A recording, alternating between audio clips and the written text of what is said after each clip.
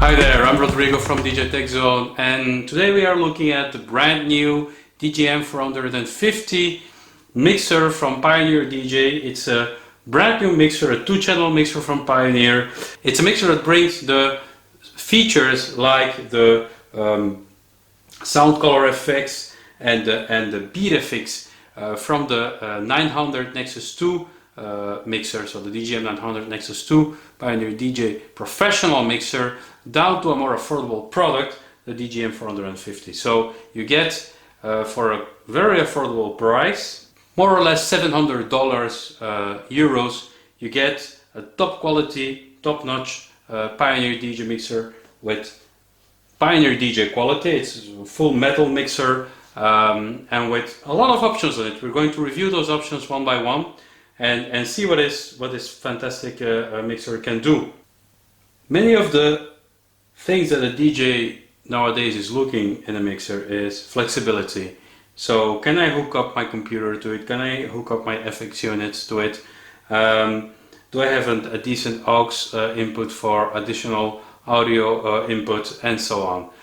On the DJM-450 we have, as I said, 3 channels actually, so 2 full line channels that can be switched between line and phono and PC. And we have an additional aux channel that is also switchable between line, PC and the aux input, but also can be used for return, send and return effects. So you can connect an effects box through the aux channel and use it as your effects sender return, which is pretty cool. You have a level, so it's kind of a trim for your auxiliary channel. You have a mic level and a mic tone. And you have also here the sound color effects that are dribbled down from the more expensive mixers from Pioneer, but also from some more expensive controllers like the DDJ SZ controller or RZ controller if you are talking about the record box DJ version. Those sound color effects, they sound pretty good. You can do a lot of cool stuff with it. You have a dub echo and you have a parameter, so you can manipulate how much effect you are bringing into the track. So if I use the dub echo with medium parameter, this is what it sounds like.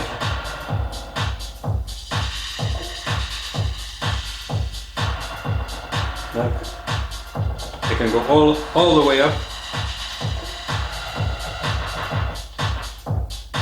or just apply a very little of it.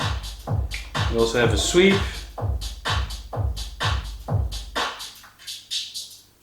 a very distorted sweep, or a very light. That's a filter, very neutral filter. Or you hear the resonance playing.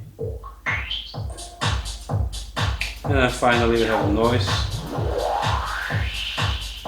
And this is actually very nice because the amount of noise, it's a very nice effect that you really need to dose well how much noise you bring into a track. It has to be related to the volume level of the track, so being able to control that is pretty cool. Something I miss on the DDJ controllers, by the way. You have an independent knob to control those effects, which is cool. Not one knob, but 2 knobs, 1 per channel, and that's pretty nice. So apart from that, you have the headphone mono, split or stereo setting for your headphone output, the mixing level, so only on the Q or on the master, and the volume level of your headphone output. And your headphone output is located on the front plate. You have a normal jack and a mini jack that you can plug your headphone into. That's the left side of the mixer. Then you have the channels. We already talked about the color effects. We have a 3-band EQ, which is a full kill EQ, so it definitely kills all the frequencies when you turn it all down. You have the trim, so your gain knob, and you have VU meters per channel for your master and for your left channel, for your master, and for your right channel, of course, your master level, and also underneath your Q buttons, typically Pioneer, light up in orange, and your line faders, which are, in my opinion, pretty nice. They're quite heavy. That's the way for me they should feel. Not too soft, not too easy to move. Quite a bit of resistance there, pretty nice. In the middle you have your EQ curve, so you can set it to isolate or EQ. And if I set it to EQ, it will not totally kill. If I set it to isolator as I did before, it will totally kill. I kind of prefer that one. You have your crossfader curve that you can set to whatever you wish, so to sharp, more open and through, and you can reverse your crossfader. On the right side, finally, we have the effect section. So just to stress that, you have two types of effects on this mixer. You have a sound color effects, which is controlled by the 4 buttons and with the big knobs on each channel. And then you have the beat effects section. And the beat effects section contains, first of all, the settings for send and return. So you can set your return type to aux or insert. And that means that you can connect an effects device through the USB port and use that device to complement your effects with the effects of the mixer. So actually you have 3 types of effects that you can use with this mixer. The ones that you bring in from external sources, the beat effects, and the sound color effects. So that's quite a bit of effects flexibility for such a small mixer. It's pretty cool. Your beat effects have a little screen built in, so you can see the BPM and the beats. So I can set the effect to work on different channels, on the mic, on the aux, on the 1 or on the 2. I have it on the 1 here. Let's try out a few more effects so I can change the beat of the effect to whatever I want.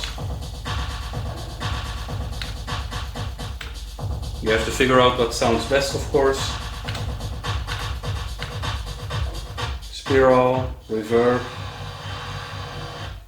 trance, flanger, pitch, and roll. You also can define the time for the effect in milliseconds,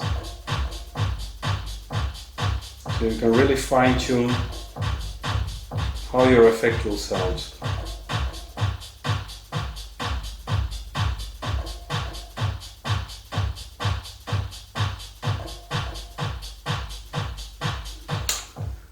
So that's pretty nice. I mean, there are a lot of options here, as I demonstrated. So we can switch the timing, so the beat. You can also manually tap the beats.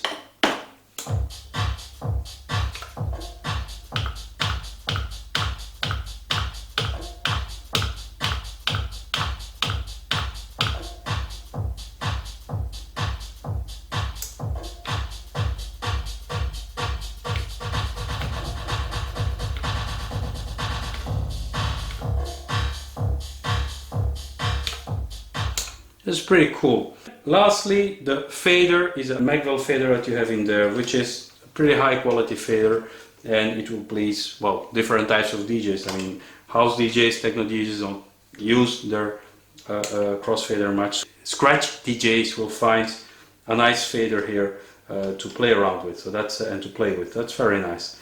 So this is what consists the DJM-450. It's a basic level mixer. The effects section is not as intricate and worked and extensive as on the more expensive mixers, but you have to realize that DJM-900 Nexus 2 costs over $2,000. This one comes in at $700. There are some compromises that were made on functionality, so don't expect professional level quality here. But that being said, the sound quality is excellent, the effects are very good.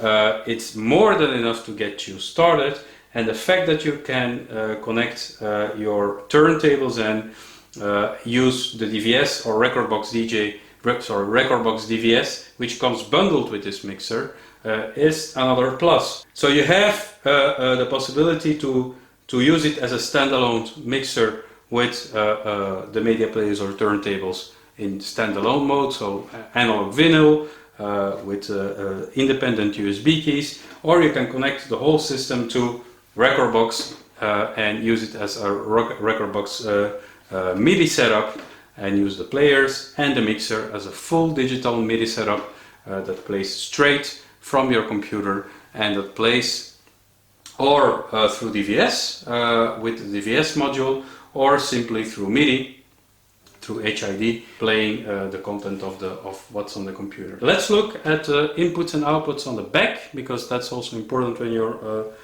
buying a mixer, to know what kind of connectivity you have. So let's have a look at that. On the front we have the headphone jacks. Kind of prefer it on the top plate, but you know, this is the way it's implemented on this mixer and it works fine as well. On the back, sorry, we have our inputs and outputs. We have the USB inputs that we can connect. We have the mic input. We have the aux input, RCA aux input. Then we have the channel 1 and channel 2 for phono and for line. We have a master out, XLR. We have an RCA master out. And then at the end of it we have the power input and the power button. And that's pretty much complete. Very simple, but very complete, and probably everything you need. What is missing here, however, as you can see, is a booth output. So there is no booth output on this mixer. And yeah, is there a problem? Well, if this is going to be your home setup, I doubt that you will have a booth monitor in your home setup, so it's okay. If you're planning to use this in clubs, it's less adequate. So this is clearly Pioneer positioning this mixer as a home setup mixer or a small bar mixer. It's not intended for bigger venues, because the boost output is really necessary when you're dealing with bigger venues. So that's a clear information, and that's something that needs to be clear when you acquire this mixer. So do I like the DJM-450? Yes, I like it. It's a small, useful mixer, and at the price point, if you want to get decent Pioneer quality, it's here. There are competitors on the market, and there are competitors that are delivering digital DVS enabled 4-channel mixers for a little bit more money, but then you are in other type of software as well if you're talking about DVS. For me, for a home setup, this is an ideal mixer, and it gets you familiarized with the Pioneer DJM type of workflow, which is useful, because if you go from here to a DJM-900 Nexus 2, for example, you will have no problems in adapting, because it's basically the same layout with a bit more options. This is DJ Tech Zone, of course. I hope you like our approach and our reviews. We'll be posting many more reviews in the near future, so make sure that you subscribe to the channel and activate those notifications, so I let you know, or the system lets you know when something new comes up, and you can check out our gear. We have a lot of stuff coming up in the next few weeks, gear stashing behind me that I need to review, so a lot of stuff coming. Stay tuned for my next reviews, and see you next time. Bye bye.